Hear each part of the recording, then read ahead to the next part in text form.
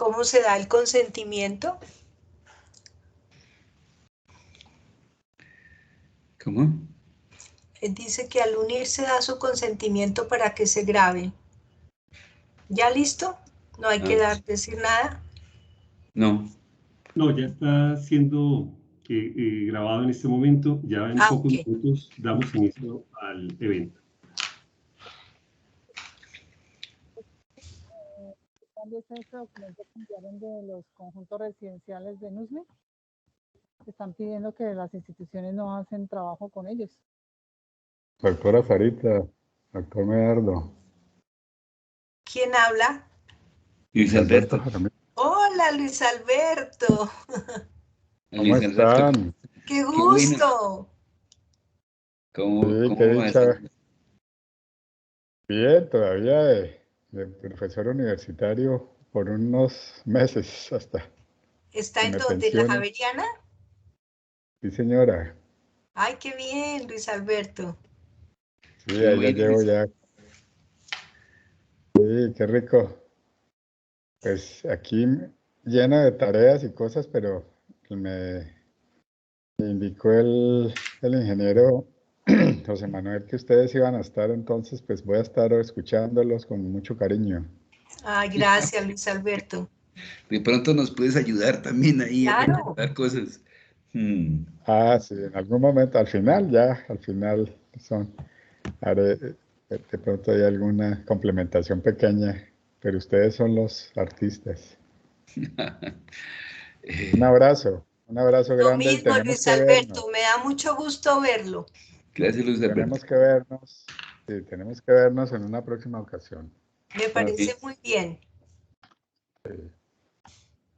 Bueno, buenos días. Yo creo que ya ahora sí podemos dar comienzo a esta conferencia magistral, este encuentro muy especial que tenemos el día de hoy. Gracias a todos por conectarse y recuerden que somos Agua que cultiva el conocimiento y que por eso estamos en esta charla que, como ven, va a ser muy interesante, va a ser un poco distinta a otras que hemos hecho hasta el momento, pero en la que todos seguro tienen mucho que aprender y también que aportar.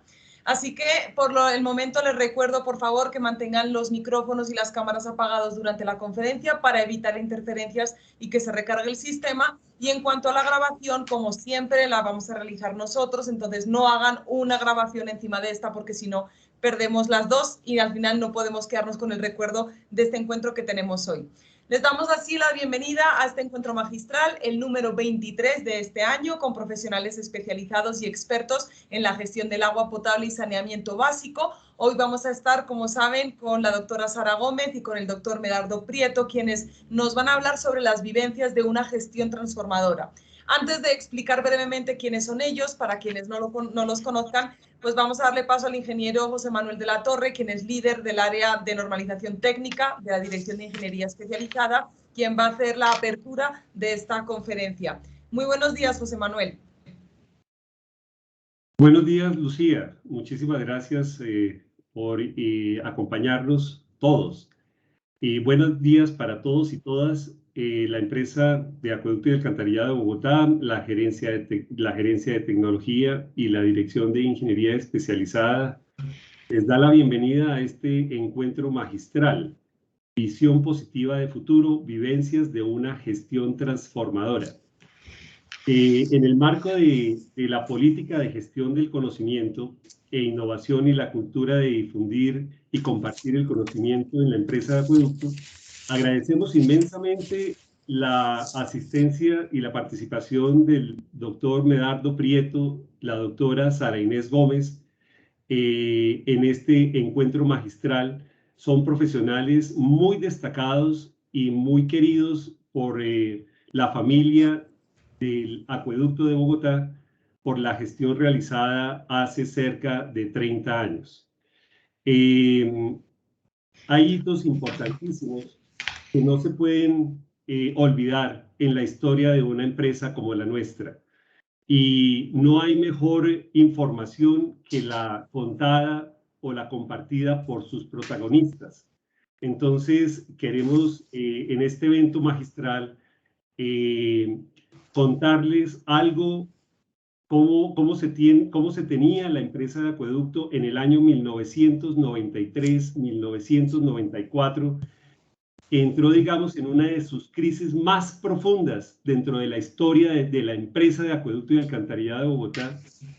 Y gracias, digamos, a acciones que se tomaron en las administraciones y en la administración específicamente que tuvo el doctor Francisco Javier Ochoa como gerente general de la empresa de acueducto de Bogotá en el año 1993, y su equipo de gerentes y asesores, la empresa de acueducto pudo salir de una crisis enorme financiera que tenía. Entonces, esto y mucho más es lo que nos va a compartir el doctor Medardo Prieto, la doctora Sara Inés, y también nos acompaña seguramente el doctor Luis Alberto Jaramillo, quien en ese entonces era gerente de planeamiento. El doctor Medardo Prieto en ese entonces era gerente técnico. Todavía no estaba dividida la empresa, organizada como la tenemos el día de hoy, con gerencia corporativa de servicio al cliente y gerencias de zona, sino que existía una gerencia técnica. Entonces esa gerencia técnica la tenía a cargo en su momento el doctor Medardo Prieto, y pues también hay una persona muy querida también para la familia del acueducto de Bogotá, que es la doctora Marcela Restrepo, que en su momento fue gerente comercial y gerente financiera, y pues también apreciamos muchísimo. Entonces, en este evento magistral, casi que podemos reunir lo que fue ese gran grupo de profesionales que pudieron sacar adelante lo que es la empresa de acueducto y alcantarillado de Bogotá en una de sus crisis más profundas que se dio en estos años. Entonces, sin mayor información adicional de la que he dado, pues le doy la palabra a Lucía para que continúe. Muchas gracias, Lucía. Gracias, José Manuel. Y antes de que comience la conferencia, como siempre, damos un pequeño perfil de los ponentes, en este caso, pues de la doctora Sara Gómez, quien es lingüista especializada en calidad total de la UNAV y TEC Monterrey, México, y en pensamiento sistémico de sistemas humanos de la KCC de Londres. Es experta en pensamiento sistémico, cultura y aprendizaje, gestión humana y comunicaciones, y es consultora en temas de gestión humana, comunicaciones, enfoque apreciativo, pensamiento sistémico aplicado a organizaciones, cultura y aprendizaje en las organizaciones. Tiene una amplia experiencia, entre otras cosas, pues ha trabajado en el sector público y también privado, y se desempeñó como asistente de gerencia de la empresa de acueducto y alcantarillado durante la gerencia del doctor Francisco Javier Ochoa. Le voy a dar un pequeño saludo. Doctora Sara Gómez, muy buenos días y gracias por acompañarnos hoy. Muchas gracias, Lucía. Un saludo para todos. Y nuestro otro invitado es el doctor Medardo Prieto. Él es ingeniero eléctrico de la Universidad de los Andes con estudios de posgrado en matemáticas, recursos hidráulicos y finanzas. Tiene 41 años de experiencia profesional, de los cuales 31 los ha dedicado al trabajo de asesoría, consultoría e investigación en Colombia y América Latina en el sector de energía, de los servicios públicos domiciliarios y del transporte masivo urbano de pasajeros. Ha trabajado para el gobierno y también para empresas públicas y privadas en estos sectores que acabo de nombrar. Doctor Medardo, muy buenos días y gracias por participar en esta conferencia magistral. Lucía, buenos días y gracias a ti y a todos los que nos van a escuchar. Muchas gracias. Bueno, vamos entonces a dar comienzo a la amplia experiencia de Sara Gómez y de Medardo Prieto, porque somos agua que cultiva el conocimiento, y así vamos a iniciar este conversatorio sobre vivencias de una gestión transformadora. Recuerden que si van teniendo dudas las pueden ir escribiendo en el chat para que las leamos al finalizar, o si lo desean, pues cuando termine la intervención de don Medardo y la señora Sara, pues podamos levantar la mano y hacer la pregunta directamente. Así que le doy paso inicialmente a Medardo para que comience su exposición. Bueno, todos suyos. Bueno, en primer lugar, pues muchas gracias a ti, Lucía, a José Manuel, a Laura y a todos quienes nos han invitado para que hablemos un poco de nuestro paso por el acueducto. Bien, con Sarita hemos, yo le digo Sarita porque la quiero como a mi hermana.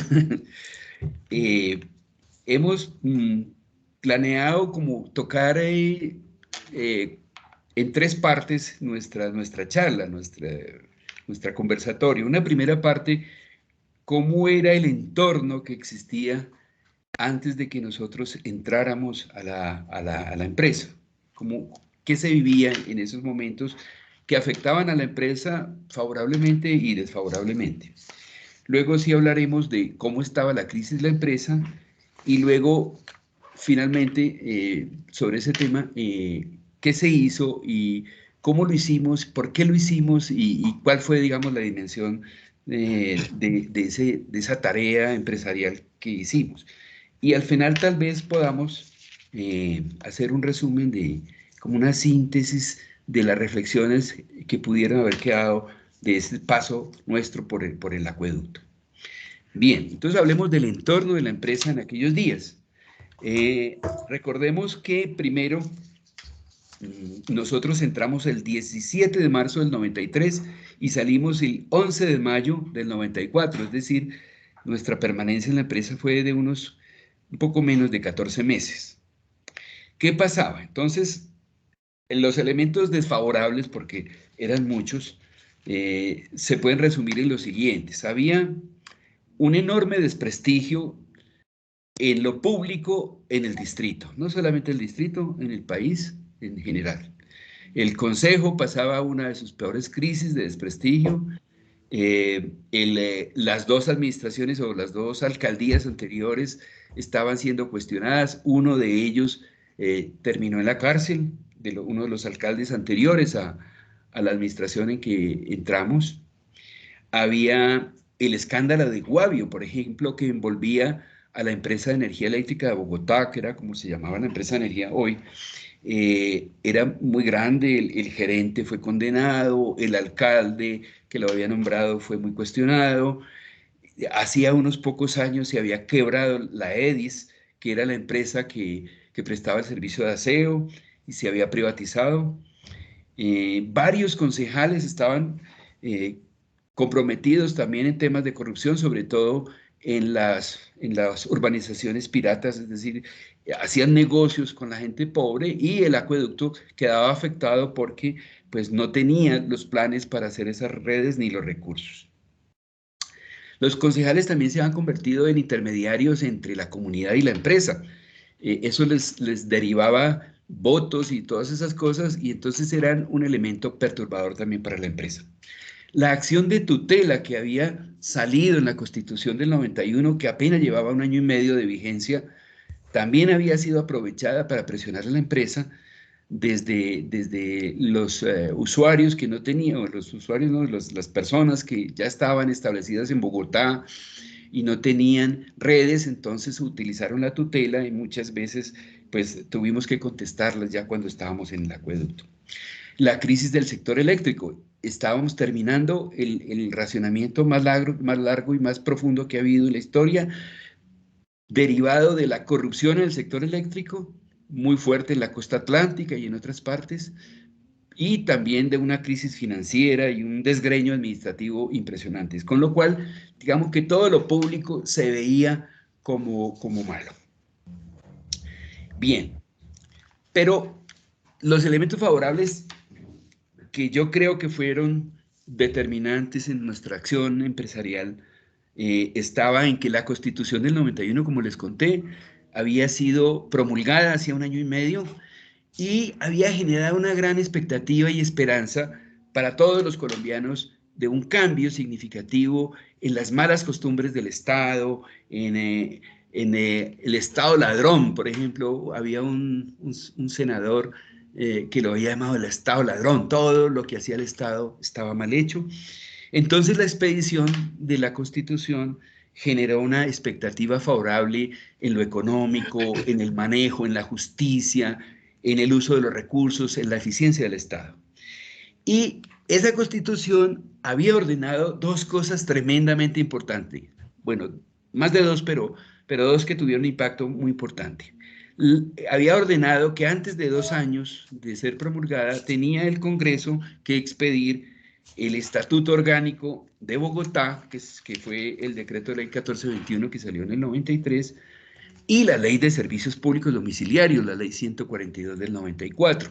Otras leyes como la Ley del Ambiente, la ley de la Seguridad Social, la Ley de la Contratación también surgieron en esa época. Cuando entramos al acueducto se estaba discutiendo en el Congreso todo ese tipo de estatutos y habíamos participado con Francisco Ochoa desde el sector eléctrico porque nosotros, Ochoa, Carlos Plazas y yo veníamos del sector eléctrico, habíamos participado con el Banco Mundial y el Gobierno Nacional en, digamos, en las bases de esas leyes relacionadas con los servicios públicos.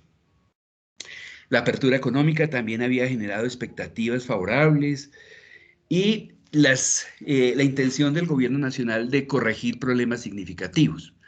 Bueno, al final la Constitución no ha tenido el impacto esperado, pero bueno, en ese momento era una expectativa.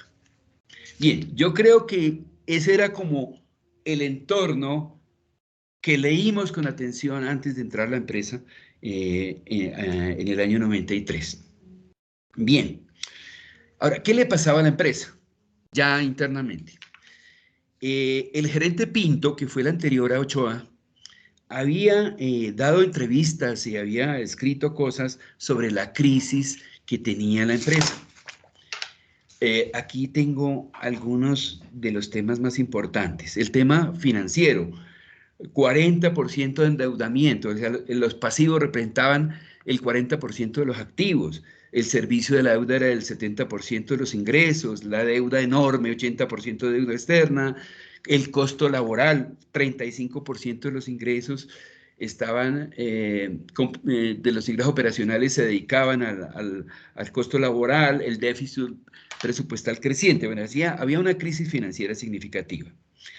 Un pasivo pensional creciente y desprovisto, es decir, no había un fondo.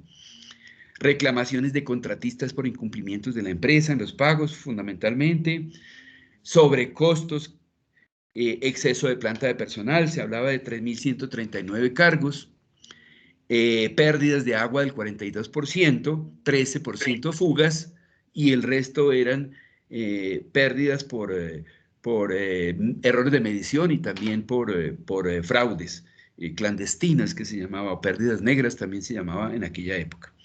El deterioro de las redes y un rezago. La ciudad crecía en ese tiempo más o menos una Armenia al año, es decir, en ese tiempo la ciudad tenía una inmigración significativa que llegaba fundamentalmente a la periferia, de gente muy pobre del campo, y era como si creciera una Armenia más cada año Bogotá, es decir, era un flujo.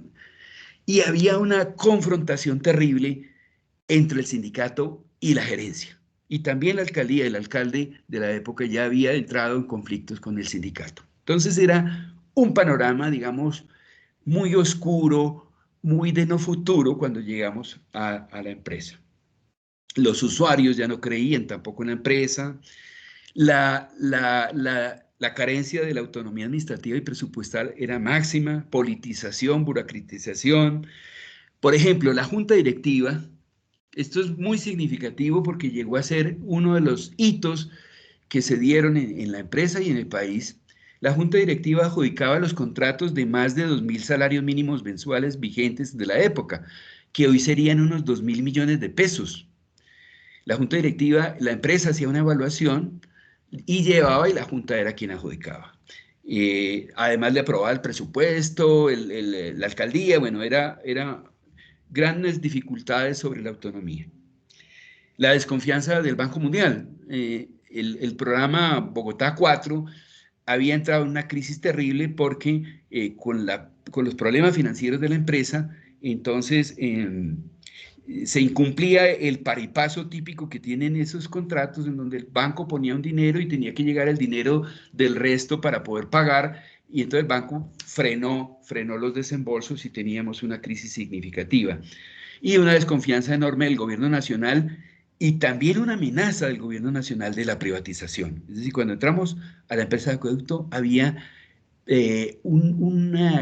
no una decisión, pero sí un intento, una intención significativa por privatizar, bien sea toda la empresa o partes de la empresa. Ese era el panorama.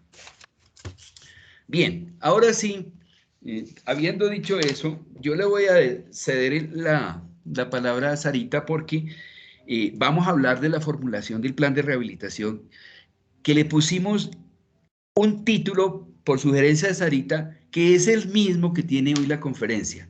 Se llamaba Con visión positiva de futuro, ¿cierto? Porque en el momento en que entramos, esa era una empresa casi que no tenía futuro. Entonces, Sarita, cuéntanos todo eso que nos enseñaste sobre el manejo de las personas, sobre los valores, todas esas cosas que fueron tan importantes para el diseño de ese plan de rehabilitación.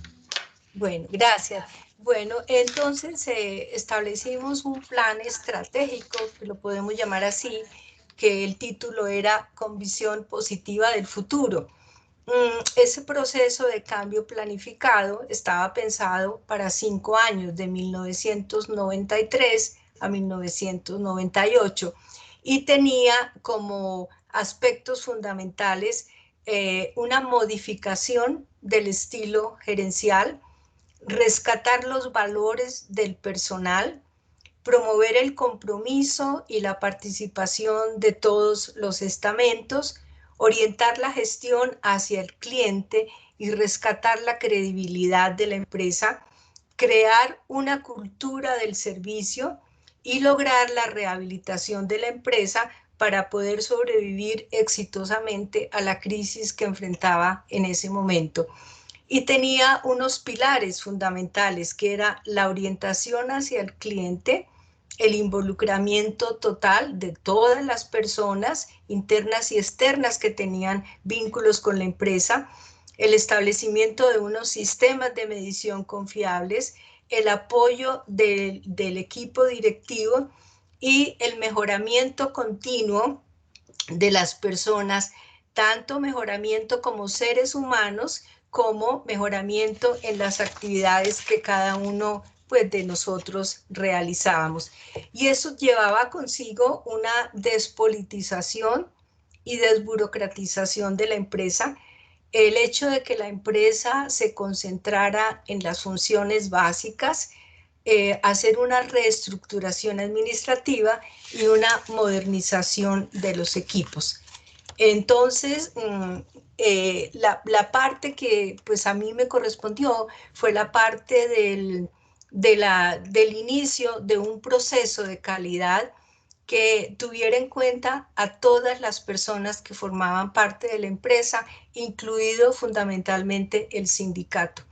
Y desarrollamos una estrategia de comunicaciones, también estar permanentemente informándole a todas las personas en qué consistía el plan, qué estábamos haciendo, y mostrar una coherencia entre lo que nosotros predicábamos y lo que nosotros hacíamos. Y el liderazgo del gerente, del doctor Ochoa, fue fundamental, porque era un liderazgo transformacional y fundamentalmente era un liderazgo mediante el ejemplo.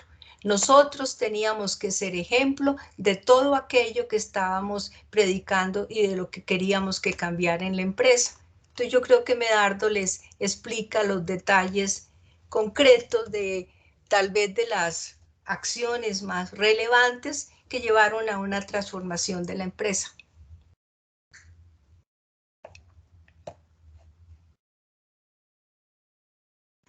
No se oye, Medardo. Es que tengo una pianista de fondo y entonces había apagado el micrófono. Bien, nosotros entramos en marzo del 93 y en mayo se produjo un documento importantísimo y aquí participa en esta reunión uno de los autores fundamentales, que es Luis Alberto Jaramillo, y aquí está, no sé si lo alcanzan a ver, Luis Alberto lo recordará también, se publicó en mayo, es decir, 2 meses y medio después de haber llegado nosotros a la empresa, se publicó este documento que incluía todas las cosas que mencionó Sarita, pero yo quiero hacer énfasis en algunas en particular. Lo primero era cómo rescatar la autonomía de la empresa administrativa y financiera. Bueno, en aquella época, como les decía, la Junta Directiva adjudicaba contratos de más de 2.000 salarios mínimos. No había salido el estatuto orgánico del distrito, ni la ley, ni la ley de servicios públicos que le otorgó al gerente de la empresa la responsabilidad de otorgar los contratos, pero la empresa en ese momento le llevaba a la junta directiva evaluadas las propuestas y el orden de elegibilidad de la licitación de los proponentes. Entonces, muy rápidamente se diseñó una resolución que fue famosísima porque tuvo un impacto nacional, ahora cuento eso, en que claro, las distintas áreas que estaban comprometidas con la licitación, los que iban a recibir el producto, digamos, del contrato, las áreas jurídicas, las áreas de experiencia, todo ese tipo de cosas las evaluaba, las áreas técnicas y todo esto. Y en audiencia pública luego, eso fue el elemento que generó autonomía en esas decisiones y transparencia terrible, enorme, fue que se hacía en audiencia pública el orden, se obtenía el orden y podía entrar no solamente los proponentes, sino cualquier persona. Hubo un gran interés en ese tema y los medios de comunicación llegaron a la empresa a filmar horas y horas de audiencias públicas. Se convirtió en una cosa muy fuerte para nosotros, una demanda de trabajo muy grande, pero el producto se convirtió en el mayor ahorro que pudimos haber logrado por la transparencia que se obtuvo, ¿cierto? Eso y la competencia que se logró. Entonces, se hacía ese proceso y ya se llevaba a la junta directiva y decía, mire, en audiencia pública, este fue el orden. Entonces, pues, era muy difícil que la junta directiva decidiera cambiar ese orden y generalmente se adjudicaba al primero en ese orden. Eso fue un hito. Empresas Públicas de Medellín, Ecopetrol, se interesaron por el procedimiento, que eran ISA, por ejemplo. ISA también una empresa enorme, grande, todavía lo es, hoy lo es más. Se interesaron y montaron también, porque todas eran públicas, montaron procedimientos similares. Nosotros estuvimos, el gerente, yo estuve en Medellín contando la historia en Ecopetrol de cómo lo habíamos hecho, y fue una cosecha estrictamente de la empresa liderada por Francisco Ochoa, que era el gerente. Eso generó un malestar enorme en la Junta porque ahí había, digamos, una fuga clarísima de recursos que se estaban dando. Ese proceso de divulgación que contó Sarita después de haber hecho el plan de rehabilitación, que ahora cuento más elementos, pero cómo se convirtió en un tema conocidísimo por toda la gente de la empresa. El gerente inició cada semana una presentación que se hacía en el auditorio. Muchas veces lo hicimos en el auditorio ahí al frente de la empresa, que es el de Corferias, y se invitaba por áreas, ¿no? El departamento de no sé qué, o la dirección, y se iba y se contaba toda la historia de qué estábamos planeando hacer, porque llevábamos un mes y medio. Y a veces cuando el gerente no podía ir, pues lo reemplazaban o Luis Alberto, que era uno de los cerebros de ese plan, o yo, que lo había estudiado mucho y también había participado en todos esos temas, y hablábamos. Un día yo di esa conferencia, identifiqué en la primera fila a una chica muy bonita que había en la empresa, muy jovencita. Era una odontóloga, era familiar de una política de gran popularidad, de gran presencia en ese momento. Y yo la vi y pues nunca la había visto. Y cuando me fui a la oficina, yo era se llamaba subgerencia técnica, después le cambiamos el nombre a la gerencia técnica. Un día llegó ella Y se paró frente a mi escritorio y me dijo, Medardo, ni siquiera me dijo gerente o subgerente, sino, Medardo, estuve con con Francisco Javier y me dijo que hablara con usted. Y le dije, bueno, ¿qué quieres? Entonces me dijo, no, es que yo le pedí a él que me patrocinara una especialización de odontología. Y él me dijo, hable con Medardo. Entonces, cuando llegó ahí, le dije, tú estuviste en la conferencia sobre el plan estratégico, ¿cierto? Del lunes pasado, creo que era. Y me dijo, sí, sí. Y le dije, bueno, si tú estuvieras en mi lugar y yo te pidiera que me patrocinara, que me pagaras una especialización en odontología, ¿qué me contestarías?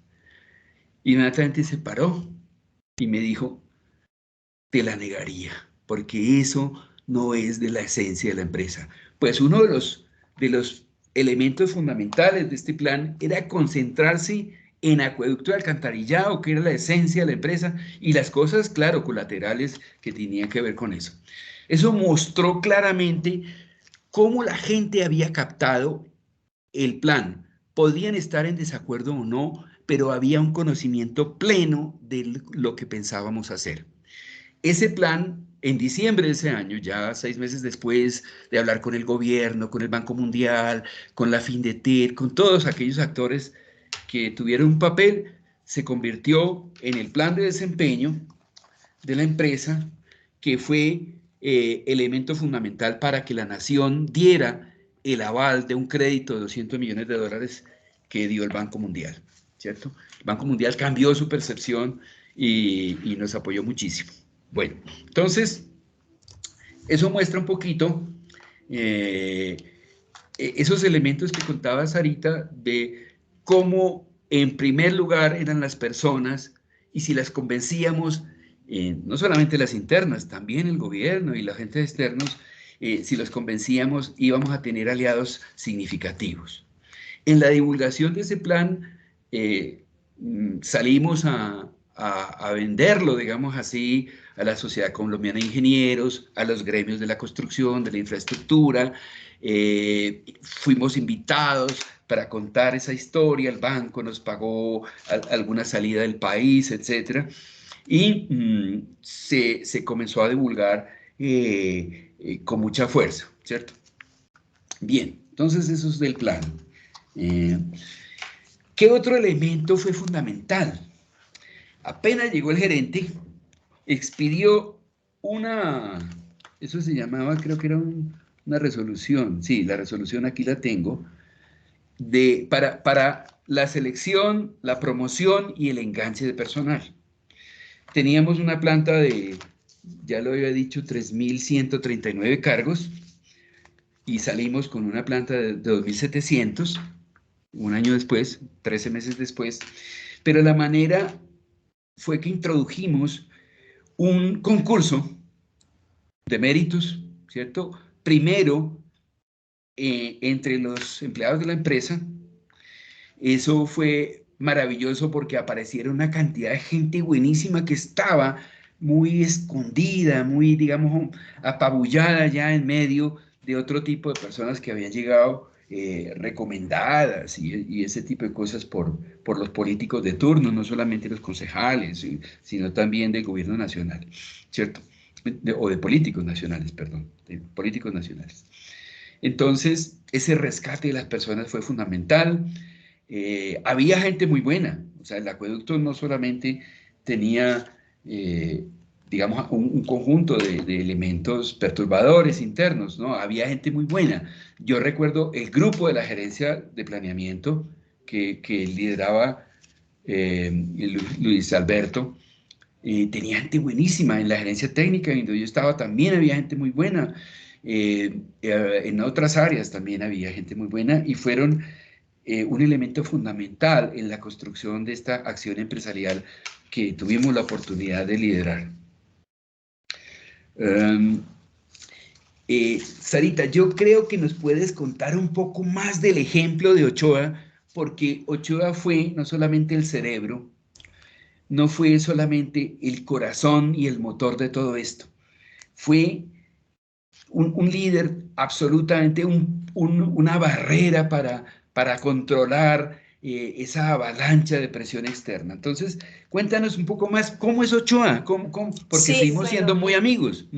sí, bueno, una cosa que me gustaría contarles es que cuando él nos invitó a trabajar con él, mm, entre sí, la mayoría no nos conocíamos. Yo lo conocía a él porque había trabajado con la esposa de él en el sector educativo, pero yo no conocía a Medardo, a Marcela, a Luis Alberto, a Carlos Plaza, yo no los conocía. Entonces Medardo nos invita a formar, Javier nos invita a formar parte de ese equipo gerencial y empieza a construir con nosotros un sentido de equipo de trabajo, una relación interpersonal muy cálida, muy bonita, en donde cada uno de nosotros pues tenía sus competencias técnicas específicas, teníamos también algunas diferencias y dentro de un gran respeto, o sea, todos nos respetábamos porque reconocíamos el valor que aportaba el otro compañero. Entonces nosotros logramos consolidar, gracias a, pues, a la influencia de él, un equipo de trabajo muy coherente, muy cohesionado, y compartíamos los mismos valores humanos. Éramos personas honestas, personas transparentes y personas que habíamos tenido una trayectoria de trabajo muy limpia, ajenos pues a cualquier prebenda, ajenos a la politiquería. Entonces yo creo que eso hizo que nosotros funcionáramos muy bien como equipo de trabajo. Él también era una persona de una gran sencillez. Era una persona muy amable, muy estricto, pero era una persona muy querida. Relacionarse con él era fácil. Es, Él, ¿ah? es, no Bueno, se ha sí, muerto. obviamente sigue siendo, porque después de que se termine ese trabajo, nosotros quedamos de amigos, ¿sí? Y nos seguimos comunicando, unos más que otros. El liderazgo mediante el ejemplo empezaba por cosas tan sencillas como, por ejemplo, bajar nosotros a almorzar al restaurante donde iba toda la gente. Nada de ser exclusivos que nos tenían que ir o ir a tal parte, sino nosotros bajábamos porque era una de las formas de interactuar con la gente, de conocer qué estaban pensando. Hay un detalle que a mí me pareció pues muy bonito y se repetía, y era que cuando llegaban los concejales a la gerencia que querían seguramente alguna cosa, ejercer alguna influencia, entonces él nos invitaba a que lo acompañáramos en la reunión con los concejales, los que podíamos íbamos, pero mínimo había 2 miembros del equipo de gerencia. Eso cohibía al concejal a que propusiera cosas indebidas. Los concejales seguramente salían un poquito molestos porque no habían logrado su objetivo de ejercer una influencia en la empresa, porque todo era público, allá no había conversaciones privadas. La buena relación que él tuvo con los miembros del sindicato, las visitas que hacía a todas las instalaciones de la empresa. Mensualmente hacíamos una reunión en el Club La Aguadora con todos los profesionales, 200, 150 personas, donde les íbamos contando cómo estábamos, cómo iba el desarrollo de la empresa. Entonces yo creo que esos ejemplos que él nos daba hacía que nosotros estuviéramos muy compenetrados. Y lo otro que tiene él es que es una persona que despierta mucho entusiasmo y que es un trabajador incansable. Nosotros teníamos unas jornadas de trabajo muy intensas, inclusive trabajábamos los fines de semana.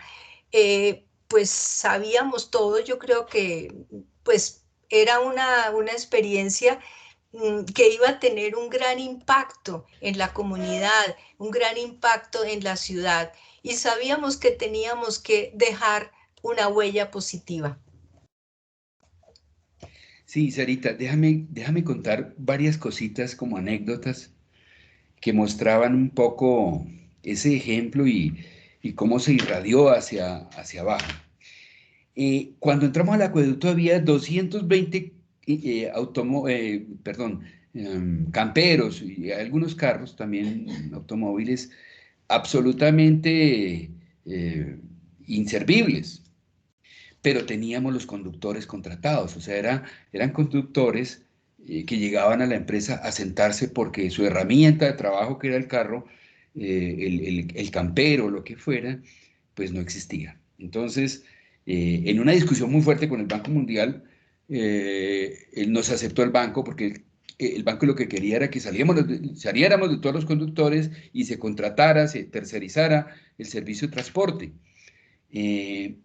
Pero bueno, como no podíamos porque tenían fuero sindical y el sindicato del acueducto en ese tiempo era probablemente el tercero o cuarto sindicato con más poder y presencia en la vida pública, ¿cierto? Después del sindicato de Ecopetrol y el de Telecom, probablemente el sindicato de la empresa de acueducto era el más conocido y más beligerante, más aguerrido.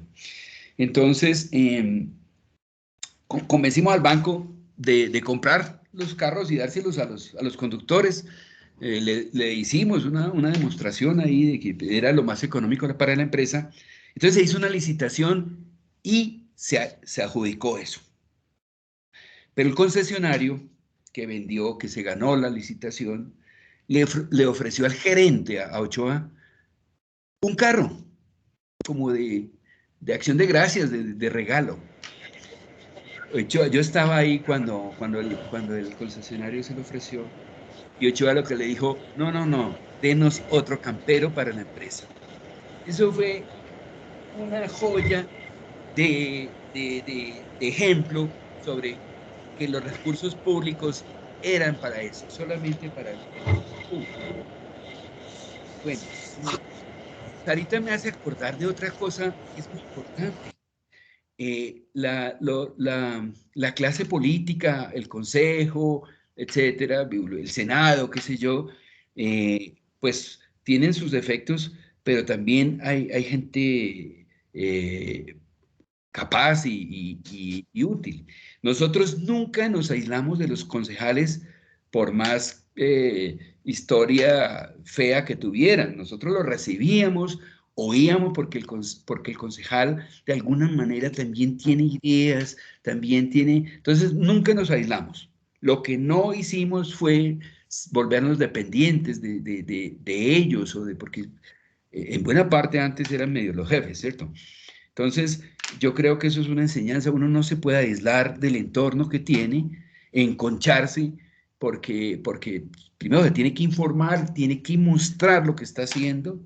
Nosotros no nos aislamos. Eso fue también una cosa interesante. Bien. ¿Cómo se hizo? Y aquí Luis Alberto me seguramente recordará, porque teníamos que recuperar la confianza del Banco Mundial y la confianza del gobierno nacional. Rápidamente nos opusimos a la privatización de la empresa, ¿cierto?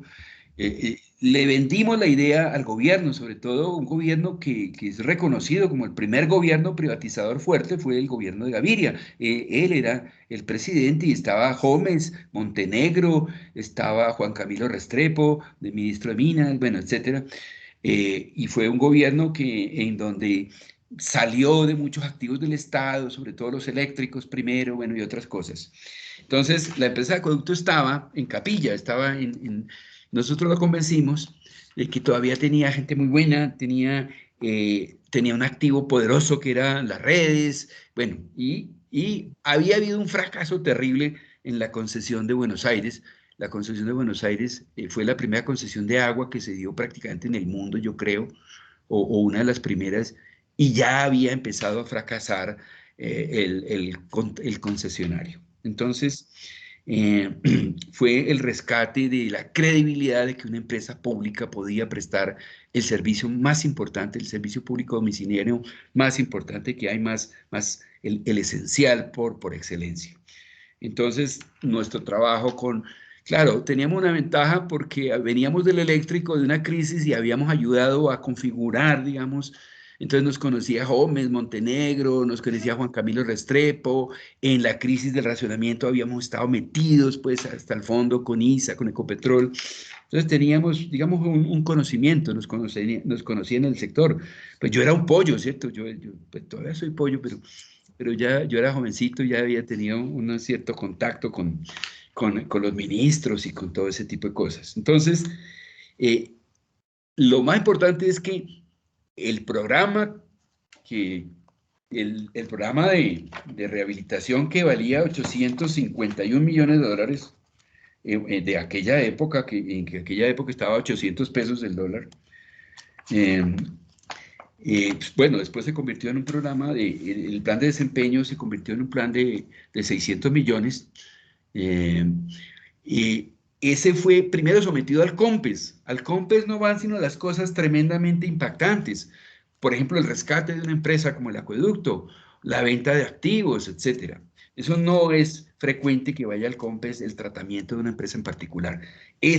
La empresa acueducto fue objeto de un COMPES en donde se aprobó y aquí tengo el plan de desempeño, tenía indicadores en su mayoría construidos en el área, yo creo que todos en el área de planeamiento que tenía Luis Alberto. Y aquí está firmado, Jaime Castro, alcalde mayor, Francisco Ochoa, gerente empresa, Rudolf Gómez, ministro de Hacienda, Darío Rafael Montoya, no, Londoño, era el ministro encargado de Desarrollo, Armando Montenegro, La Findeter, Fernando Carrizosa. Este plan de desempeño, con esto se le dio el aval de la Nación a la empresa de acueducto para contratar el crédito Santa Fe 1, que así se llamaba también. El programa se llamaba Santa Fe 1 de 800 millones, bueno, después se redujo a 600, en donde el Banco Mundial participaba con 200 millones. Se terminó la presa de San Rafael, con un avance significativo, ¿cierto? No se pudo avanzar más porque las obras civiles no permiten tampoco acelerarlos, por más que uno quiera. Hay una realidad geológica, hay que hacer un trabajo, la presa, que era el punto más crítico, bueno, todo ese tipo de cosas. Nombramos, yo no me acuerdo cómo se llamaba, el gerente de San Rafael, se llama Oscar García, un tipo muy bueno, muy competente, con especialización en túneles y todo ese tipo de cosas. Se concibió el túnel paralelo que viene de la planta de Biesner hasta Santana, creo que se llama el túnel de Santana, no recuerdo bien cómo se llama. También con una pequeña central hidroeléctrica que vi que se demoró como 20 años en concretarse, pero desde esa época se había concebido eso. Hicimos el primer estudio de costos, o planeamos el primer estudio de costos, que después fue el elemento para que las tarifas fueran aprobadas ya en el entorno de la Comisión de Regulación de Agua. Bueno, yo creo que ahí hemos dado un panorama más o menos grande. Me parece que, no sé, Lucía, si te parece que podemos como abrir la discusión, ¿o qué crees? A mí me gustaría, si es posible, que Luis Alberto comentara algo.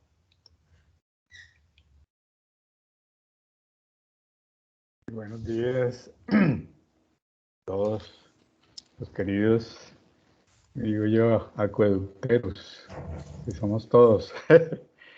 Muy bien, pues aquí tenía yo como varios apuntes interesantes. El primero fue cuando Sarita y Medardo comentan de la capacidad de trabajo del doctor Ochoa.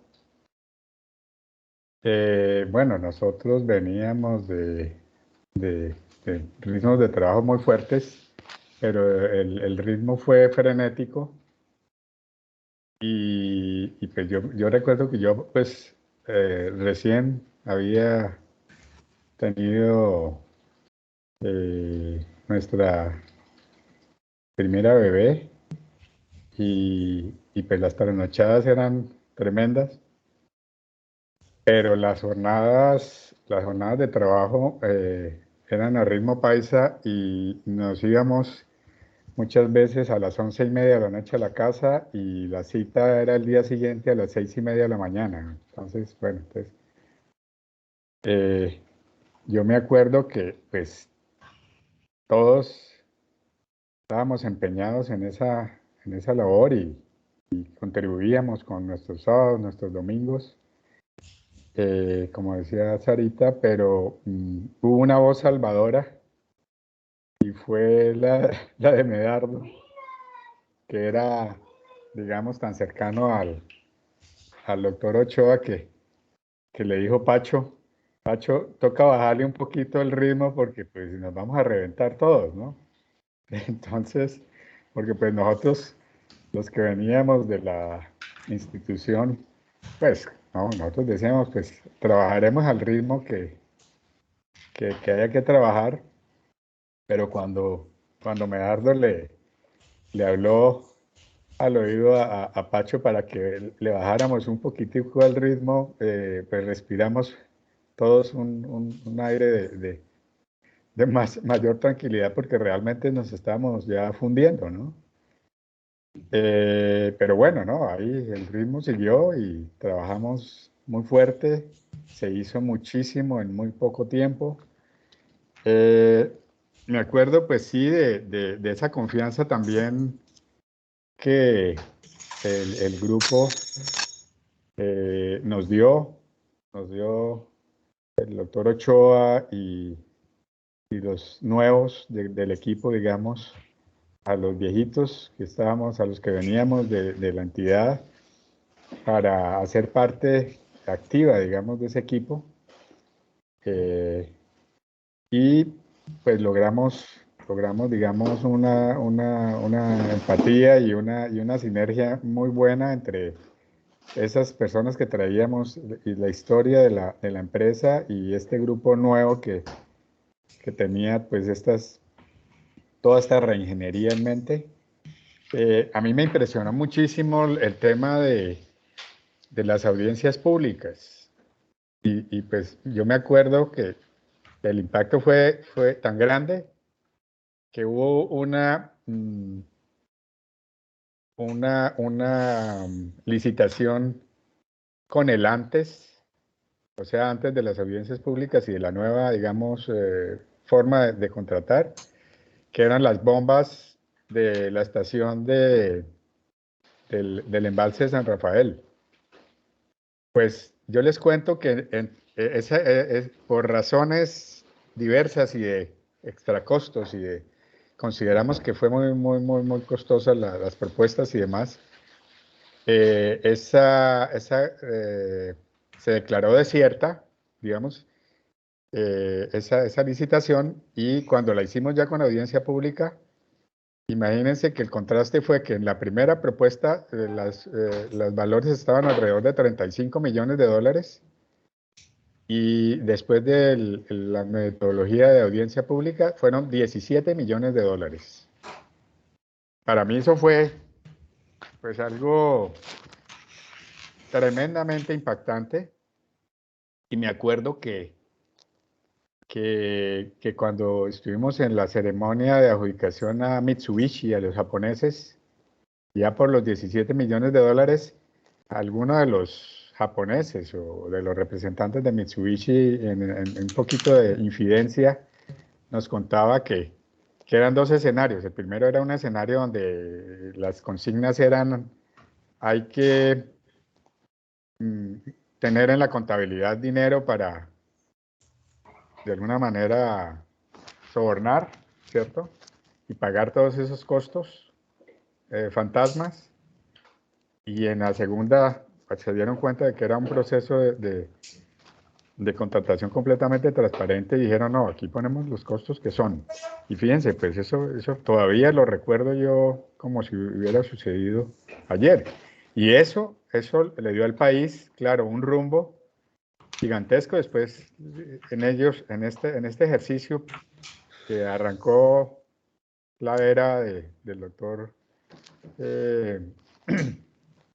Ochoa, se inspiró la nueva ley de contratación y una cantidad de cosas que imagínense cuántos recursos le habrán salvado al país en toda esa historia. Y por otro lado, pues también fue muy importante, pues tengo una parte, en esa época Jaime Castro, el alcalde Jaime Castro, estaba muy interesado en sacar adelante todo el proceso del tratamiento de las aguas residuales de Bogotá, ¿no? Y que iba a quedar en cabeza de la empresa directamente. El doctor Ochoa le dijo al alcalde Castro que no se podía sobrecargar la empresa en este escenario de recuperación y rehabilitación, y que él, como gerente, no asumiría pues la responsabilidad de hacerse cargo del tema del tratamiento de las aguas residuales, y por eso ese tema fue delegado al DAMA, ¿cierto? En ese momento la Secretaría de Ambiente de hoy, e inclusive fue una de las razones por las cuales el doctor Ochoa finalmente, pues lamentablemente salió del escenario, digamos, de la empresa, ¿cierto? Claro, De claro, acuerdo, pues, Luis como en Alberto, esos claro, temas. porque el alcalde Castro había sido elegido en buena parte porque había prometido iniciar la descontaminación del río Bogotá. Exacto. Y cuando vimos que la empresa estaba prácticamente naufragando, pues era imposible Sí, cargarle esa carga, ese costo adicional. Y eso fue un proceso muy deteriorante, de deterioro de la relación con el alcalde, y el sí, banco nos apoyó, por fortuna. exactamente. Sí, pues no, pues fue nuevamente una era crucial, como decía ahorita el ingeniero José Manuel de la Torre, un punto de quiebre, un voto de confianza para todo este plan de desempeño, y pues ese ha sido como, digamos, la hoja de ruta. Lamentablemente, digamos, no quiero entrar como en debates de políticos y demás, pero muy desafortunada fue, digamos, la actuación de algunos alcaldes posteriores, que metieron en la empresa, digamos, gente no técnica, gerentes que no tenían ni idea del sector. Empezaron digamos, a meterle la mano a las planas de los técnicos que tenían una gran, digamos, entendimiento y capacidad de manejo de la empresa. Empezaron a sacar gente que era muy valiosa. Se nos fueron personas tan claves como Oscar García, ¿cierto? Y detrás una cantidad de gente muy buena que, bueno, pues de todas maneras, algunos fueron, volvieron, en fin, y en alguna reunión que tuve yo hace unos 3 o 4 años con un concurso que hacía la empresa, que se llamara La Rana al Mérito, les dije que ellos tenían un cisne, ¿no? Que era una empresa muy importante. En ese concurso de Rana al Mérito se destacaban los aportes desde los trabajadores de base hasta los gerentes que contribuyeran, digamos, de manera efectiva a ese buen desempeño de la institución, ¿no? Y algunos todavía, como José Manuel y otros, pues, por fortuna, la doctora Nubia, en fin, otros todavía, por fortuna, están ahí al frente del cañón.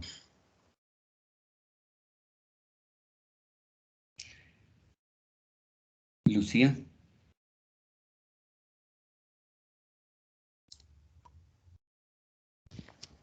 Sí, bueno, yo creo que entonces ahora vamos a darle paso a quienes tengan preguntas para que las vayan proponiendo. Me dicen, es que no tengo acceso al chat, pero me indican aquí que no hay todavía preguntas escritas, así que quien quiera plantear algo o quiera hacer un comentario a nuestros ponentes, lo invito a que levante la mano. José Manuel. Gracias, Lucía. Yo tengo una pregunta. Si esta administración realmente fue un hito en la historia del acueducto de Bogotá por todo lo que comentan, ¿por qué esta administración duró tan poco tiempo? ¿Cuál fue, digamos, la razón por la cual tuvo una duración no mayor de 14 meses? Siendo que los resultados a todas luces fueron súper excelentes. Y la otra pregunta que quiero hacer es sobre la decisión. Yo no sé si en ese momento se tomó la decisión de entregar la planta de Tibitoc en concesión, y que nos contaran un poquito qué motivó esa decisión de entregar la planta de Tibitoc en concesión que duró por 20 años. Esas dos son mis preguntas. Gracias. Sarita, ¿quieres decir algo o quieres que yo cuente? No, Medardo. Bueno, esa acción de autonomía, ese ejercicio de la autonomía administrativa y presupuestal que iniciamos y que luego se consolidó con el estatuto del distrito, pues llevó digamos, a generar una gran tensión entre los concejales, el alcalde, Jaime Castro, y había personas en la empresa que habían llegado por recomendaciones de casas políticas muy reconocidas y poderosas en aquella época. Entonces, por alguna razón, el gerente declaró insubsistente a un director, una señora, una directora, digamos, un día, con toda la razón, nos habíamos armado de argumentos y bueno, se despidió. Y entonces el alcalde llamó a Francisco, a Pacho, yo le digo Pacho, al gerente, y le ordenó que la volviera a vincular a la empresa. Y en esa conversación, el alcalde filtró o insinuó, o el gerente leyó que iba a ser destituido el gerente. El gerente iba a ser destituido. Eso salió en un artículo de prensa del Tiempo porque alguien lo filtró todos esos detalles, ¿cierto? Entonces, el gerente pues detectó que el alcalde lo iba a destituir y nos reunió a nosotros, hicimos un análisis muy completo y dijimos, no, pues nos vamos, ¿cierto? Nos vamos. Ese fue el detonante, pero digamos con todos los elementos, lo que mencionó Luis Alberto sobre la planta de tratamiento de las aguas residuales, todo ese tipo de cosas que habían sido campaña del alcalde, pues fueron elementos que finalmente él sí fue armando de una estrategia y de apoyos políticos, porque pues, los políticos sí tienen una gran coherencia en sus ideas, y entonces por eso salimos. En esencia fue esa presión externa la que nos retiró. Y todavía el crédito no se había firmado. Yo tengo una serie teníamos un departamento de comunicaciones muy fuerte. Y aquí tenemos los recortes de prensa. Nosotros salimos en mayo, como creo que les dije, que el 11 creo, y aquí hay cosas de 15 días antes en donde está, por ejemplo, aquí está Peñalosa, que estaba haciendo su primera campaña, en donde apoyaba todo el proyecto. Es decir, había una sensación de apoyo generalizado 15 días antes de nuestro retiro. Pero pudo más el poder de injerencia de esos intereses externos y contrarios a la empresa, y entonces salimos. Eso fue realmente la salida. Así fue.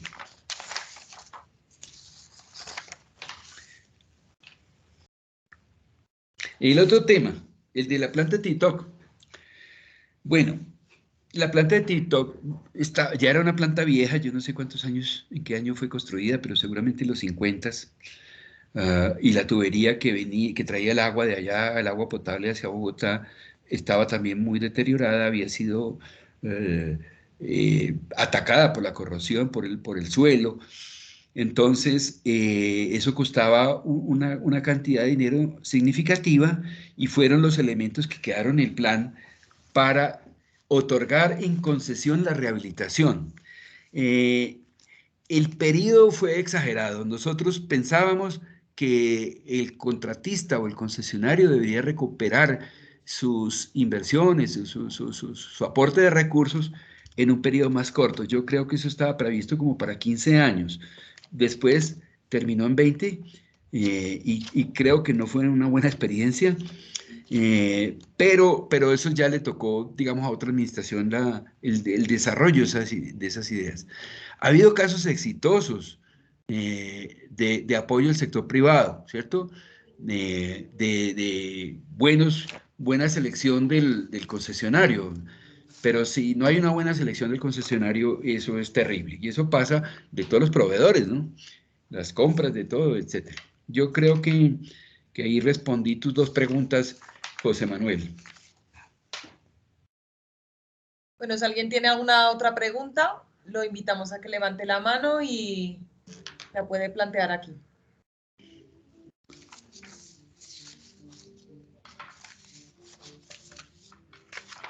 Miguel Alfonso, adelante.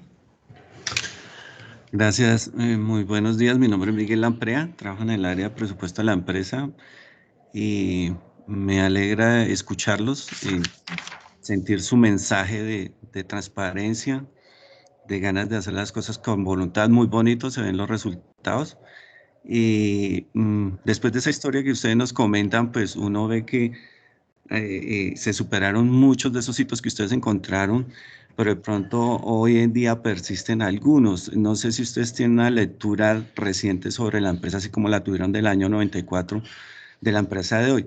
Esa era la primera inquietud. Y la segunda inquietud tiene que ver con un problema que creo que tienen todas las empresas de ingeniería del país, y es que cuando tienen recursos, pues son muy eficientes para contratar, pero ahora a la hora de hacer las obras se ralentizan, como que se vuelve lento el poder cerrar una obra. Creo que el acueducto tiene ese tipo de problema en la actualidad, que contratamos y contratamos, pero las obras no se ven los resultados rápidos. Tenemos algunos problemas tal vez de ejecución. No sé, de la voz de la experiencia de ustedes, ¿qué nos pueden aconsejar para tratar de revisar y superar esta temática en la empresa? Bueno,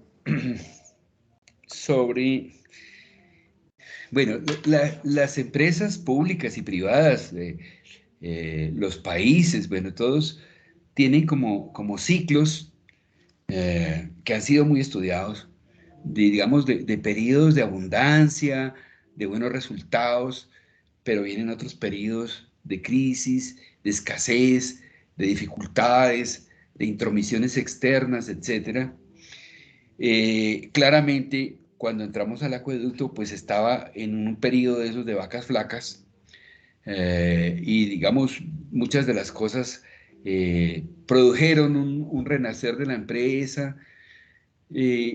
Yo no he seguido mucho la empresa, porque, digamos, como por una decisión personal, y tampoco ninguno de nosotros hemos estado vinculados, con excepción creo que Marcela, en esas cosas. Pero yo creo que esa pregunta yo la convertiría en una reflexión para ustedes. ¿Ustedes ven que la empresa está en un camino correcto? La injerencia externa que las tienen todas las empresas públicas los está llevando a una nueva crisis, o por el contrario, yo creo que eso es una reflexión de ustedes más bien que nosotros, porque no estamos metidos. Uno desde adentro se da cuenta claramente de esas cosas. Bien, a mí me parece que a las empresas públicas, con poquiticas excepciones, conozco solo una empresa en donde la eficiencia económica y la productividad se vuelven una especie de práctica diaria, como una obsesión de ser productivos, de usar el tiempo de manera correcta, de los recursos, de extender a los proveedores esos valores, porque les va bien a todos los que llegan a ser eficientes y productivos, ¿cierto?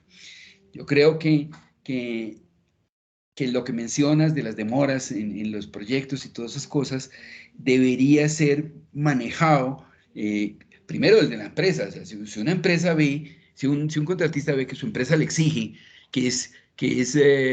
uno lo vive como consultor, hay unos clientes que le exigen a uno muchísimo y es cuando uno más da y cuando uno más aprende, pero hay otros clientes que ni siquiera el estudio lo leen y cosas de esas. Bueno, entonces yo creo que desde la empresa hay que generar toda esa cultura de la eficiencia y la productividad y el rigor, la excelencia, no solamente internamente, sino en sus proveedores, sus contratistas, la gente que estén, los mismos usuarios, ¿cierto? Yo creo que eso es una cosa que le hace falta a casi todas las empresas públicas del país. Lo perdió un poco, por ejemplo, EPM. EPM sí le ha seguido mucho más detallado que a la empresa de acueducto, porque, pues, digamos, es como una referencia. El Metro de Medellín, por ejemplo. El Metro de Medellín es una empresa con una excelencia impresionante. ISA, la empresa que acaba de comprar Ecopetrol. Son empresas con prácticas en donde la productividad y la eficiencia económica son como un valor permanente. Yo creo que eso es lo que puedo decir. Y las multas y ese tipo de cosas hay que aplicarlas. Es decir, si alguien se está demorando por allá de lo que ofreció y lo que se estableció en el contrato, pues habrá que hacerlo, ¿cierto? Claro, examinando las causas de esas demoras. Bien, yo creo que no tengo mucho más que decir sobre lo que mencionaste, Miguel Alfonso. Bueno.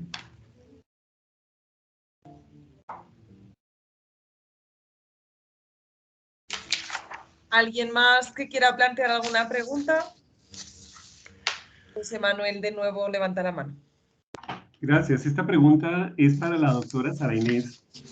Ella durante la administración del doctor Francisco Javier Ochoa, pues lideró toda la parte humana, todo el desarrollo del capital humano. Y la pregunta que quiero hacerle es, uno de los factores de éxito que se tuvo, digamos, en esa administración fue el reconocer y resaltar el activo más importante el activo más importante, que es el conocimiento que tienen las personas, ¿sí? El capital humano. ¿Qué reflexión nos puede dejar, digamos, de esa iniciativa que se dio en ese momento sobre el reconocimiento especial del capital humano, que es el hacedor y es el que permite que las cosas pasen y que efectivamente se apropie, digamos, de los trabajos y de los retos que tienen las empresas para sacarlas adelante, como fue lo que ocurrió en ese entonces, que hubo un compromiso excepcional, increíblemente alto por parte del personal de la empresa, que entre todos se decidió sacar adelante la empresa de acueducto. Esto no fue, digamos, obra específicamente del equipo directivo, sino del equipo humano con que contaba la empresa de acueducto en ese entonces. ¿Qué nos podría indicar sobre esa reflexión, doctora Sara? Gracias. Bueno, José Manuel, pues lo que pasa es que el reconocimiento de las personas, de los conocimientos que tienen, pues tiene que ser algo muy sincero, se reconoce de verdad y se le da ese valor a la gente, y las personas que se sienten reconocidas, pues inmediatamente sienten que se eleva su autoestima. Y cuando uno siente que tiene una autoestima elevada, se entusiasma y sigue aportando más. Es lo mismo que decía Medardo, cuando a uno un cliente le exige, pues hace que uno dé mucho más. Entonces, tiene que ser algo muy sincero, ese reconocimiento, no decir, en la empresa se reconoce el conocimiento de la gente, pero cuando hay, por ejemplo, una promoción y no se tiene en cuenta esas personas, pues ahí hay una incoherencia total, ¿no? Entonces es fundamentalmente la coherencia, la transparencia, en que si esta es la forma en que vamos a reconocer a la gente, cuando se da la oportunidad, ahí se le tiene en cuenta la oportunidad de apoyarlo con alguna especialización, de hacer un reconocimiento público, de una promoción. Tiene que ser algo coherente y sincero. No veo otra manera de hacerlo. No es en el papel o porque la norma lo diga, sino es en la acción en donde se muestra verdaderamente la coherencia de la gente.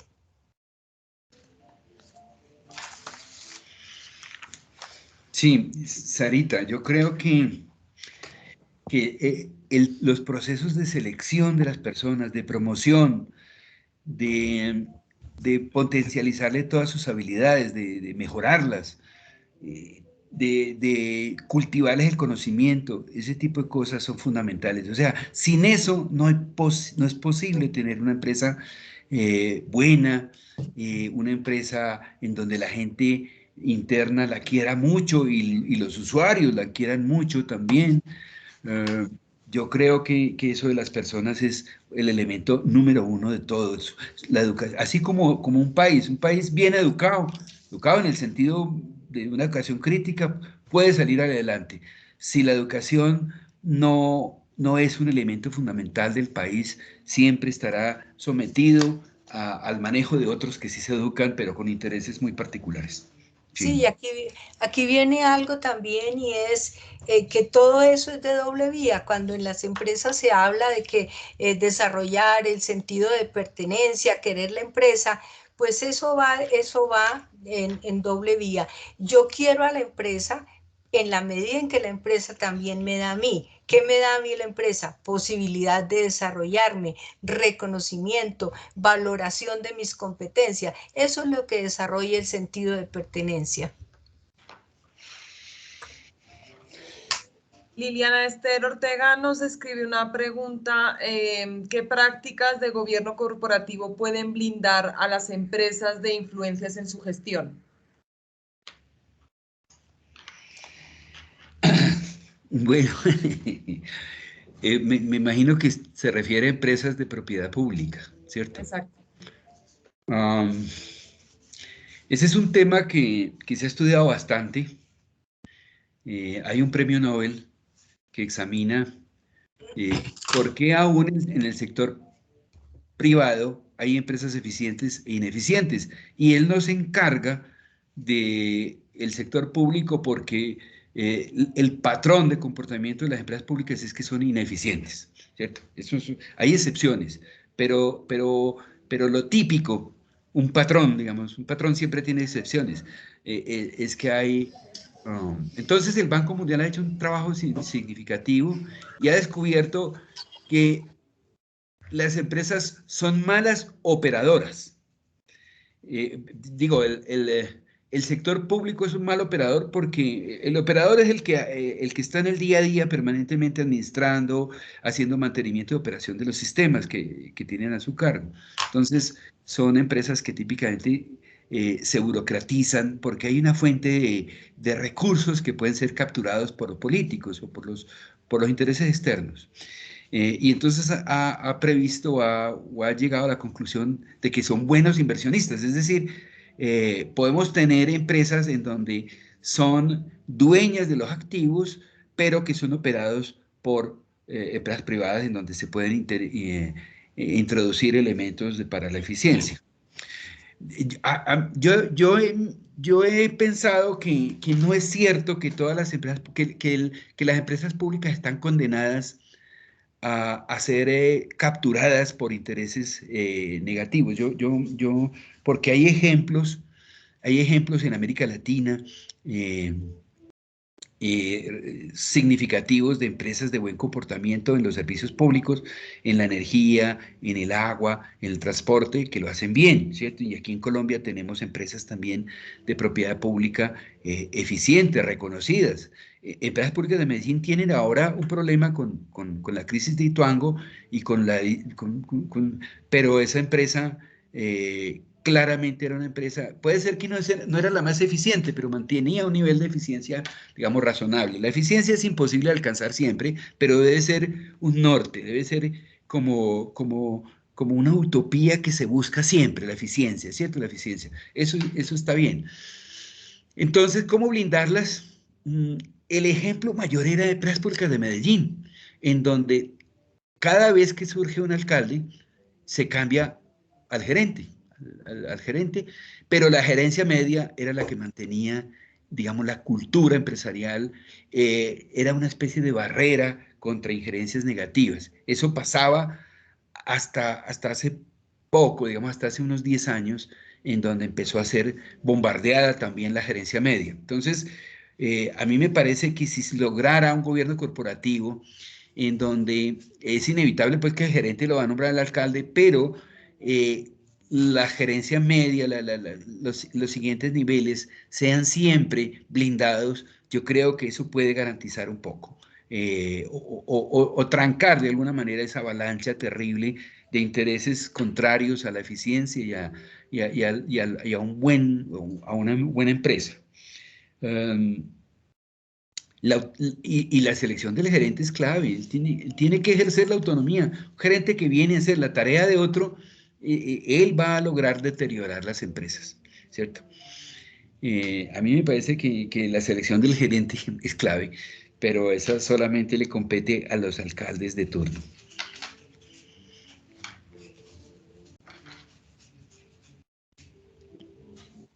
Gracias, Medardo. ¿Alguna pregunta adicional? ¿Alguien que quiera aprovechar estos últimos minutos que nos quedan?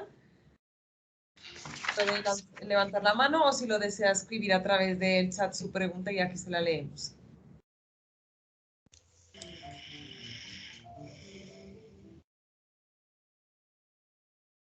Talita, ¿vas a preguntar?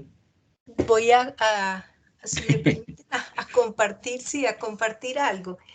Excelente, Y adelante. es lo siguiente, pues yo quería darle las gracias a Marcela, que fue la que pues le dio mi teléfono a José Manuel y a José Manuel y a Medardo por esta invitación a estar el día de hoy, por lo siguiente, porque esto es una experiencia que fue de ya, vamos para 30 años. Yo prácticamente como que no había vuelto a tocar el tema, yo ya llevo varios años pensionada, retirada de la vida laboral, pero entonces el volver a esto, pues a mí me hizo reflexionar acerca de muchas cosas, incluso con Medardo nos hicimos la pregunta de qué significó para nosotros el haber trabajado para la empresa de Acueducto. Y esa reflexión me llevó a pensar que fue una de las experiencias laborales más interesantes que yo tuve en mi vida, una experiencia muy completa, una experiencia intensa de dedicación y tal vez una experiencia de mucho impacto social. Entonces, a mí me queda esta reflexión y por eso yo quería darles las gracias. Y yo complemento lo mío entonces.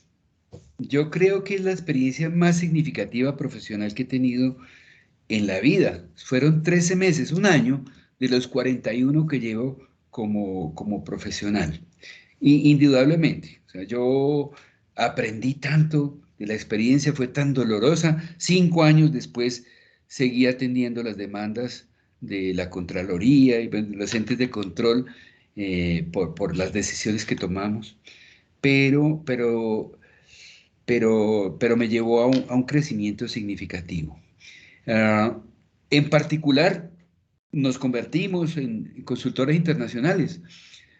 Ochoa y yo estuvimos vinculados con trabajos fuera de Colombia, con el Banco Mundial y el BID, y después cuando montamos la compañía hicimos trabajos también, pues principalmente yo en el tema de la energía, digamos, todos los recursos energéticos en América Latina. Prácticamente todos los países de América Latina y el Caribe han sido mis clientes o empresas o estados. Entonces eso fue un poco esa exposición con el Banco Mundial, porque fue quien nos llevó, y desde la empresa, ¿no? Porque teníamos unos agarrones terribles con Harry, era Harry Prasad, creo que se llamaba Sí, el del hombre. Banco Mundial. en donde finalmente, pues ellos tenían caprichos y nosotros pues a desmontar esos caprichos con toda la honestidad y todo el rigor, digamos, de la argumentación técnica, y eso llegó a apreciarlo mucho el banco, eh, digamos que eso es una herencia de haber pasado por el acueducto, un prestigio enorme tuvimos quienes pasamos por allá en ese periodo, y algunos de los que quedaron. La empresa tenía gente buenísima, y toda fue rescatada en nuestra administración, visible, era de puertas abiertas, como decía Sarita, allá en esa oficina de la Junta Directiva, que habían como 40 personas, típicamente había gente, entraba y preguntaba, y no había ninguna cosa que se estuviera diciendo a escondidas, por debajo de la mesa, ¿no? Todo era abierto. Entonces, yo creo que eso que dice Sarita es cierto. Para mí fue el trabajo más significativo que he hecho en toda mi vida. Bueno, antes de despedirlos, hay una pregunta más. Roger Mauricio Vargas dice, ¿consideran que debe limitarse la misión de una empresa pública que manifiesta buenos resultados? ¿Cómo hacer para lograr su expansión, diversificando también su oferta de servicios? Bueno, yo creo que las empresas públicas, además de la misión propia del servicio público que atienden, tiene una misión social significativa. A mí me parece que la idea de expandirse, como lo hizo EPM, por ejemplo, afuera del país, aún dentro de los servicios públicos que presta, no es del todo buena, ¿cierto? No es del todo buena porque compromete recursos de la ciudad. Si le va mal, EPM tiene ahorita problemas en Guatemala y todas esas cosas en donde tiene, entonces es muy complicado, ¿cierto? La empresa que ha sido exitosa afuera completamente es ISA, tiene operaciones prácticamente en todos los países de América Latina, pero a mí me parece que si lo hace bien y lo hace aquí, puede expandirse en Colombia, porque el tema del agua sigue siendo un tema de mucha déficit, de buena gerencia, en todas partes, incluso por ejemplo, en Barranquilla vemos que todavía la AAA tiene un problema enorme y es privada desde hace no sé cuánto, 25 años o algo así, y lo mismo Aguas de Cartagena, son todavía porque los privados llegan con un interés de hacer dinero y eso a veces obstruye lo que sí una empresa pública tiene, que es el servicio a la comunidad, ¿cierto? EPM, la obra que ha hecho en Medellín es impresionante. Entonces, a mí me parece que es un riesgo salir fuera de un ámbito nacional, salir a buscar negocios, así sea muy buena y las cosas, pero puede haber excepciones, como fue el caso de ISA. Sí. Lucía. Sí. Sí, yo quería, como le escuché que ya estamos terminando, yo quería dejarles una pregunta a todas las personas que nos están escuchando y que están vinculadas a la empresa. Y la pregunta es, ¿cuál es la historia que cada uno de ustedes quiere que se cuente el día que se retiren de la empresa? Bueno, pues yo creo que con esa reflexión, que me parece muy válida para que todos nos quedamos pensando, vamos a concluir este encuentro magistral. Ha sido magnífico recorrer la historia de la empresa, también agradecer, por supuesto, a la doctora Sandra y a Medardo también, pues no solamente por haber estado con nosotros hoy, sino por todo el trabajo que hicieron tan importante que permite que hoy la empresa esté en pie y esté saliendo adelante y además esté teniendo ahora mismo una transformación magnífica en la modernización sostenible, en generar conciencia ambiental y en, por supuesto, dar el mejor servicio público a Bogotá. Así que a ambos, muchas gracias en ese doble sentido. Gracias a la doctora Sandra, a Medardo Prieto y a Sara Gómez, le estoy cambiando el nombre. Y nada, esperamos escucharlos muy pronto aquí en nuestros encuentros magistrales, porque creo que aún nos quedan algunas cosas en el tintero y que esas reflexiones que nos han dado merece la pena recordarlas de vez en cuando. Así que gracias a ambos. Bueno, con mucho gusto. Gracias. Lucía, gracias, y a todos los que nos estuvieron escuchando. Muchas gracias. Bueno, gracias entonces a Sara Gómez y a Medardo Prieto. Esperemos que hayan disfrutado muchísimo de este encuentro magistral que, como ya les explicamos, era un poquito atípico, pero nos ayuda a entender la historia de nuestra empresa Y les quería también recordar que el próximo viernes vamos a tener otra conferencia también muy especial. Vamos a hablar sobre el área de hidrología y vamos a tener 3 generaciones hablando sobre cómo esta área de la empresa ha ido desarrollándose y está ahora mismo también modernizándose mucho. Pero vamos a tener 3 invitados muy especiales, así que no se lo pierdan. Los esperamos el próximo viernes a las 9 de la mañana. Y de nuevo a todos muchísimas gracias por su asistencia al día de hoy. Lucía, antes de terminar, yo quisiera pedirle a todos los asistentes que abriéramos los micrófonos y le diéramos un fuerte aplauso a la doctora Sara Inés y al doctor de la presentación. Claro que sí.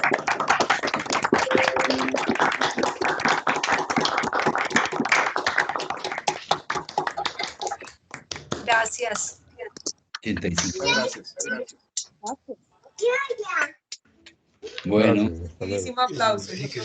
bueno, muchas gracias. Si quiere expresar su agradecimiento, pues también lo puede hacer en este momento.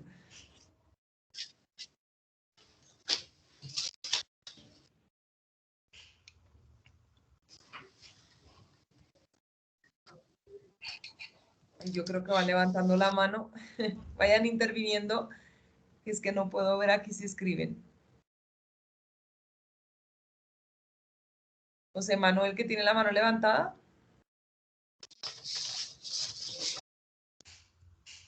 No, señora, ya la bajé, la había dejado. Ah, bueno. Bueno, pues nada, reitero el agradecimiento y esperamos escucharlos muy pronto aquí en la empresa, que como saben, también es su empresa. Así que gracias a la doctora Sara y a Medad. Muchas gracias. Feliz día. Feliz día. Hasta luego. Buen día. Feliz día para todos. Muchas gracias. Día para todos, gracias.